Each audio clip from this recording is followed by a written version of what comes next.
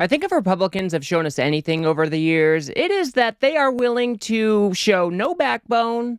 They are willing to stand up for no principles as long as they are serving Donald Trump.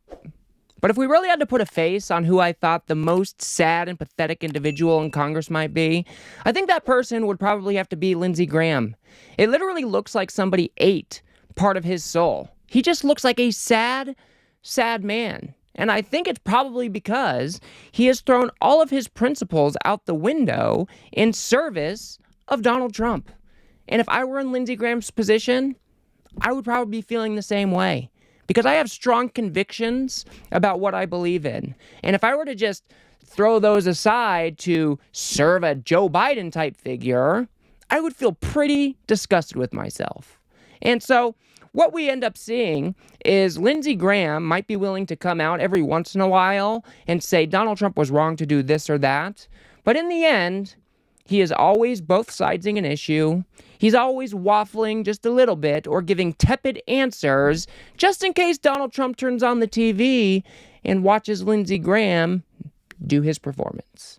And we had such occasion when he went on Meet the Press this past weekend. Here he is disagreeing with Donald Trump on the January 6th pardons for violent individuals. Let's turn now to President Trump's decision to pardon, to give blanket pardons to everyone who was convicted of crimes on January 6th, including the 172 people who pleaded guilty to assaulting law enforcement officers. Even his own vice president said, quote, if you committed violence on that day, obviously you shouldn't be pardoned. Do you believe that President Trump was wrong to issue these blanket pardons to the January 6th Number one, defendants? he had the legal authority to do it, but I fear that you will get more violence. Pardoning the people who went into the Capitol and beat up a police officer violently, I think was a mistake because it seems to suggest that's an okay thing to do.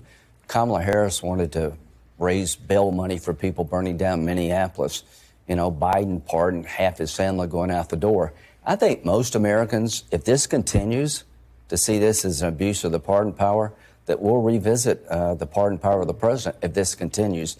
But as to pardoning violent people who beat up cops, I think that's a mistake. You know, I think Lindsey Graham is right about this. Obviously, it was a mistake to pardon people who engaged in an insurrection in a violent manner, no less, against the United States of America. These people are traitors, and it was the wrong thing to do for Donald Trump to pardon them. And maybe we should give Lindsey Graham some sort of light high five for pointing out that this was wrong. But I really can't take him too seriously when he tries to draw this false equivalence between Kamala Harris tweeting out a bail fund for indigent people versus Donald Trump pardoning violent insurrectionists. These are not held on the same level. But this is what we get from Lindsey Graham. He always tries to do this. He tries to draw these false equivalents. He tries to point your attention over here so you're not looking at dear leader too critically. I don't like that Joe Biden pardoned his family, but it was much worse for Donald Trump to pardon violent insurrectionists who are traitors to this country. There is no moral equivalence there. And for Lindsey Graham to try to make one is quite pathetic.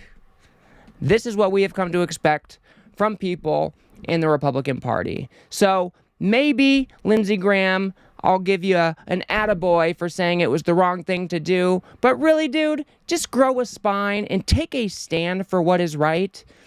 The American people are tired of politicians waffling so hard, and especially for people who are serving Donald Trump. You guys just look like sad and pathetic men. No ifs, ands, or buts about it. They then go on to talk about how Donald Trump stripped security from people like Pompeo and Bolton, which is an insane thing for a president to do. Let's see how he responded here. Let me ask you about President Trump's decision to revoke security clearance from some of his, I should say security protection, from some of his former top aides, including Mike Pompeo, his former Secretary of State, his former National Security Advisor, John Bolton. Both of them have and received. Brian Hook. Yeah, and they've received threats from Iran. What is your reaction? And do you think that President Trump should actually reverse course on that one? Well, I told Senator Tom Cotton, who's the Intelligence Committee chair, and he got a briefing, and he told me, he asked a very good question to the briefers. If it was you and your family, would you want a protective detail? And they said yes. So it needs to be on an as-needed basis. You know, we don't get protection as former senators or congressmen. You know, the idea of giving protection to everybody makes no sense. But if there's a legitimate threat against people who served our government from a foreign adversary, I don't want to pull that protection. So I think what you'll see is the Senate particularly get a briefing about this and engage the White House to see if we can get some relief, because I fear it will chill out how people will serve in the future. So you disagree with the decision to revoke their security protection, it sounds like. President, if it's needed, I want to keep it. And it seems to me that the threat levels justify the continuation of the program, but I'll know more next week. Lindsey Graham is absolutely right about this. For a president to come in and remove security protection from people who served in office, even in the Trump administration, John Bolton served. For Donald Trump to just remove their protection with active threats against their life by people like Iran is an insane thing to do. Not only are you putting these people's lives at risk, but you're also compromising people serving in the future.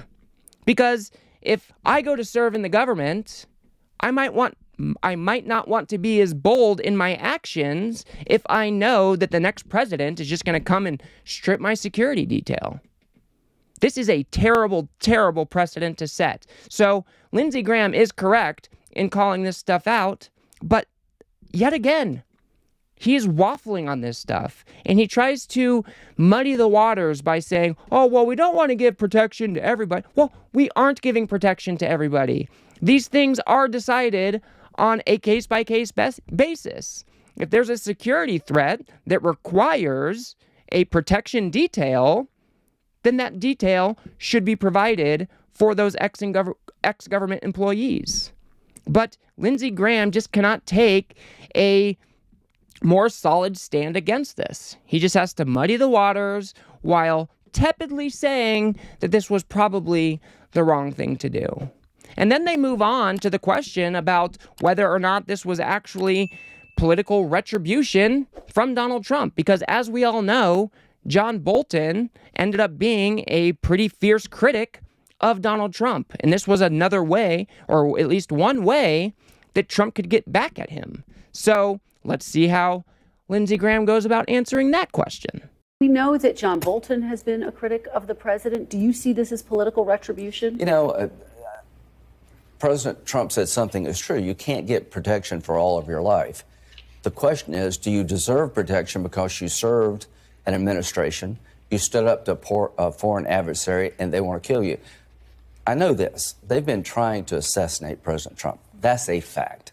And I believe the threat streams may not be at that same level to Pompeo, Brian Hook, or Bolton. But the last thing we want to do in this country is tell somebody, come into our government, you know, come up with policies to stand up to rogue nations like Iran. They come after you, pull the rug on you. We don't need to do that. So did you see that? He didn't even attempt to answer the question. Instead, he flipped things around. He tried to make Donald Trump the victim, saying that, well, Iran, I know for a fact, is trying to assassinate Donald Trump.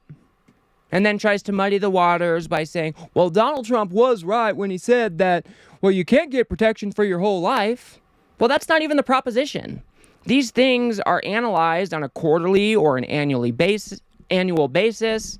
If the security detail is needed, those things are reevaluated as time goes on.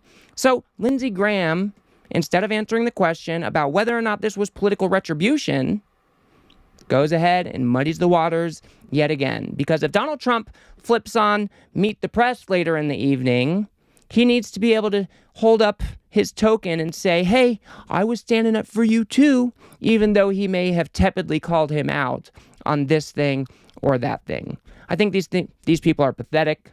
I think we deserve better people representing us in our government, somebody who is willing to take a stand for the things that they believe in.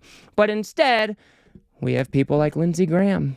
And I kind of feel bad for the dude. He really does look like a sad, sad man. They then go on to discuss the Donald Trump firing of the 18 inspectors generals. This is an unprecedented thing for a sitting president to do. Let's see how Lindsey Graham handles that question. President Trump is going to replace these watchdogs with loyalists. You know, I'm not overly worried about that. It's not the first time people have come in and put their team in place. When you win an election, you need people in your administration that reflect your views. So I'm not really worried about that. This other stuff, you know, the security detail, that bothers me because it sends a signal to future service. Tulsi Gabbard, I'm inclined to vote for everybody, but I want to hear her thinking about Assad and Snowden, and we'll see. But very quickly, the law says he's supposed to give you 30 days notice. He didn't do that. Do you think he violated the law? Well, technically, yeah, but he has the authority to do it. So I'm not, you know, losing a whole lot of sleep that he wants to change the personnel out. So do you see what he did there? He just gave Donald Trump a pass for breaking the law yet again. The law is very clear. These inspectors generals are supposed to be given a 30 days notice and a compelling reason if a president is going to fire them from their post. Donald Trump blatantly broke the law when he fired these 18 inspectors generals.